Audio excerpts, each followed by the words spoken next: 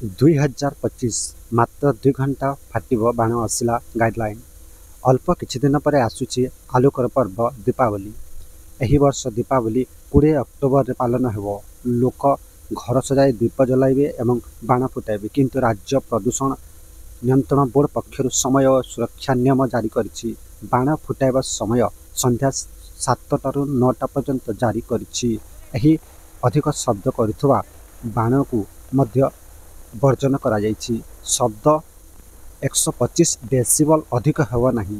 ଶାନ୍ତିକ୍ଷେତ୍ର, park, hospital, ମନ୍ଦିର ଓ ରାସ୍ତାରେ ବାଣ ନ ଫୁଟାଇବା ପାଇଁ ନିର୍ଦ୍ଦେଶ ଦେଇଛି। ଖୋଲା ଜାଗାରେ କେବଳ ସବୁଜ ବାଣ ଅନୁମତି। 10 ବର୍ଷରୁ କମ୍ ଶିଶୁମାନଙ୍କୁ ବାଣ ଫୁଟାଇବା ମନା। ବାଣ ଫୁଟାଇବା ସମୟରେ କଟନ କପଡ଼ା ଓ ଆଖିର ସୁରକ୍ଷା ପାଇଁ ଚଷମା ପିନ୍ଧିବା ଆବଶ୍ୟକ। ପ୍ରଥମ ଥରରେ ନ ଫୁଟିଥିବା ବାଣ ପୁଣି ଥରେ ଚେଷ୍ଟା କରିବେ ନାହିଁ ବୋଲି ରାଜ୍ୟ ପ୍ରଦୂଷଣ ନିୟନ୍ତ୍ରଣ ବୋର୍ଡ ପକ୍ଷରୁ ସୂଚନା ମିଳିଛି। ଦୁର୍ଗାପୁର ଗଣଦୁଷ୍କର୍ମ ମାମଲାରେ ଆଉ ଜଣକୁ ଗିରଫ, ସଂଖ୍ୟା 6କୁ ବୃଦ୍ଧି। ଦୁର୍ଗାପୁରରେ ଓଡ଼ିଆ ଡାକ୍ତରୀ ଛାତ୍ରୀଙ୍କୁ ଗଣଦୁଷ୍କର୍ମ ମାମଲାରେ ପୀଡ଼ିତାଙ୍କୁ ପୁରୁଷ ବନ୍ଧୁ ମଧ୍ୟ ସାମିଲ। ଗିରଫ ସଂଖ୍ୟା 6କୁ ବୃଦ୍ଧି। ପୁଲିସ କହିବା ଅନୁସାରେ ପୀଡ଼ିତାଙ୍କ ବାପାଙ୍କ ଅଭିଯୋଗ ଆଧାରରେ ତାଙ୍କୁ ଗିରଫ କରାଯାଇଛି।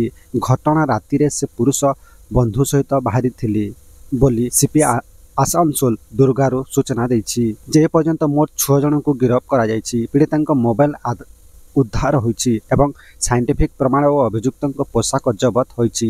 ପୀଡ଼ିତାଙ୍କୁ 24 ଘଣ୍ଟିଆ ସୁରକ୍ଷା ଯୋଗାଇ ଦିଆଯାଇଛି। ପୋଲିସ ନିଶ୍ଚିତ କରିଛି, ଘଟଣାରେ ଯାହାର ଜଡ଼ିତ ରହିଛି କାହାକୁ ଛଡ଼ାଯିବ ନାହିଁ। ଜୈସଲମେର ବସ୍ ଅଗ୍ନିକାଣ୍ଡ, 20 ଜଣଙ୍କ ମୃତ୍ୟୁ। ପ୍ରଧାନମନ୍ତ୍ରୀ ମୋଦି କହିଛନ୍ତି କ୍ଷୟକ୍ଷତିରେ ଦୁଃଖିତ। 2 ଲକ୍ଷ ଟଙ୍କାର ଅନୁକମ୍ପା ରାଶି ଘୋଷଣା କରିଛନ୍ତି। ଜୈସଲମେରରୁ ଯୋଧପୁର ଯାଉଥିବା ଏକ ଘରୋଇ ବସ୍ ଅଗ୍ନିକାଣ୍ଡ ପରେ ଜୀବନ ହାନି ପାଇଁ ମୋଦି ମଙ୍ଗଳବାର ଦୁଃଖ ପ୍ରକାଶ କରିଛନ୍ତି। ଅଗ୍ନିକାଣ୍ଡରେ 20 ଜଣ ପ୍ରାଣ ହରାଇଛନ୍ତି ଏବଂ ଅନ୍ୟ 16 ଜଣ ଗୁରୁତର ଆହତ ହୋଇଛନ୍ତି। ଆହତମାନଙ୍କୁ 50,000 ଟଙ୍କା ଦିଆଯିବ। ପୋଲିସ କହିଛି ଯେ 57 ଜଣ ଯାତ୍ରୀଙ୍କୁ ନେଇ ବସ୍ଟି ଅପରାହ୍ନ ପ୍ରାୟ 3ଟାରେ ଜୈସଲମେରରୁ ଛାଡ଼ିଥିଲା। ଜୈସଲମେର ଯୋଧପୁର ରାଜପଥରେ ଗାଡ଼ିର ପଛ ଭାଗରୁ ଧୂଆଁ ବାହାରିବାକୁ ଲାଗିଲା। ଡ୍ରାଇଭର ରାସ୍ତା କଡ଼କୁ ଗାଡ଼ି ରଖିଲା, କିନ୍ତୁ କିଛି ସମୟ ପରେ ବସ୍ଟି ସମ୍ପୂର୍ଣ୍ଣ ନିଆଁରେ ପଡ଼ିଗଲା। ଦିଲ୍ଲୀ ଟେଷ୍ଟରେ ଭାରତର ଦମଦାର ବିଜୟ, ଶୁଭମ ଗିଲ୍ ଅଧିନାୟକତ୍ୱରେ ପ୍ରଥମ ସିରିଜ୍ ଜିତ୍। ଦିଲ୍ଲୀର ଅରୁଣ ଜେଟଲୀ ଷ୍ଟାଡିୟମରେ ଭାରତ ଆଉ ଥରେ ଇତିହାସ ଲେଖିଛି। ୱେଷ୍ଟଇଣ୍ଡିଜ ବିପକ୍ଷରେ 7 ୱିକେଟରେ ଦମଦାର ବିଜୟ ହାସଲ କରିଛି ଟିମ୍ ଇଣ୍ଡିଆ। ଶେଷ ଦିନରେ କେଏଲ୍ ରାହୁଲଙ୍କ ଅର୍ଦ୍ଧଶତକ ଭାରତକୁ ବିଜୟ କରିଛି। ଏହା ଶୁଭମ ଗିଲ୍ ଅଧିନାୟକତ୍ୱରେ ଭାରତର ପ୍ରଥମ ଟେଷ୍ଟ ସିରିଜ୍ ବିଜୟ। କୁଲଦୀପ ଯାଦବଙ୍କ 8 ୱିକେଟ ଓ ଯଶସ୍ୱୀ ଜୟସ୍ୱାଲଙ୍କ 157 ରନ୍ ଏହି 2 ଜଣ ଦଳର ବିଜୟର ମୂଳ ଶକ୍ତି। ସିରିଜର ପ୍ରଥମ ମ୍ୟାଚ୍ ଅହମ୍ମଦାବାଦରେ ଭାରତ ଏକ ଇନିଂସ ଏବଂ 140 ରନ୍ରେ ଜିତିଥିଲା। ଏବେ ଏହି ବିଜୟ ସହିତ ଭାରତ ୱେଷ୍ଟଇଣ୍ଡିଜ ବିପକ୍ଷରେ କ୍ରମାଗତ 10 ଥର ଜିତିଥିଲା।